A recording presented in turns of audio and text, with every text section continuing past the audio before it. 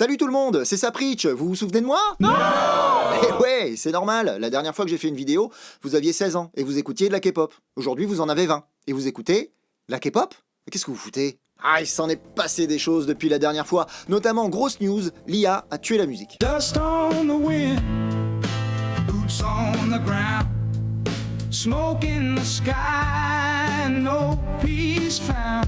L'extrait du titre que vous venez d'entendre a été généré intégralement par intelligence artificielle et c'est un énorme succès sur les plateformes de streaming, alors que personne n'a tiré un câble, placé un micro, cassé une corde, ni même joué du saxophone, même si ça c'est plutôt positif. C'est hyper bien fait, ça chante juste, c'est super bien produit et c'est de la merde, non mais sérieux, c'est nul. C'est la moyenne de ce qui passe à la radio depuis 1974. Personne n'est surpris et c'est normal. L'IA qui génère de la musique, elle fonctionne comme ça. Elle se nourrit de ce qui marche, elle cherche ce qui est fréquent. Et on le sait, ce qui marche, c'est formaté. Alors j'ai écrit un nouveau spectacle avec Arnaud Joyer, ça s'appelle Fais gaffe à ce que t'écoutes. Oui, c'est la suite de T'as vu ce que t'écoutes. Oui, je trouve que des titres de spectacle moches. Dans ce spectacle, on va justement se demander si l'IA va tuer la musique, si c'est pas déjà fait, ou si, comme pour la planète, on va pas se démerder tout seul comme des grands pour tout foutre en l'air. Regardez les Red Hot Chili Peppers par exemple, et particulièrement leur chanteur Anthony Kiedis. Au début de leur carrière, ils font plusieurs tubes, dont un qui fait... et un autre qui fait... Ensuite, ils sortent leur meilleur album où ils prolongent leur style sans répéter ce qu'ils ont fait avant, mais personne l'achète. Alors à mon avis, la maison de disques, ils ont dit à Anthony « Mais dis donc, pourquoi tu fais plus...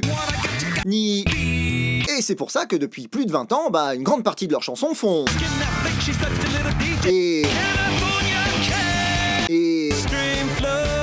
Et c'est tout à fait le principe de la génération musique par IA, il s'est nourri de ce qui marche. Alors que si vous prenez un chanteur qui a commencé à peu près en même temps, qui s'appelle Mike Patton, lui, au début de sa carrière, il fait ça.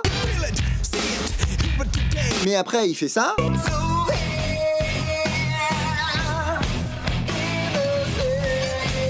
Et ensuite, il fait ça. Et ensuite, il fait ça. Puis ça.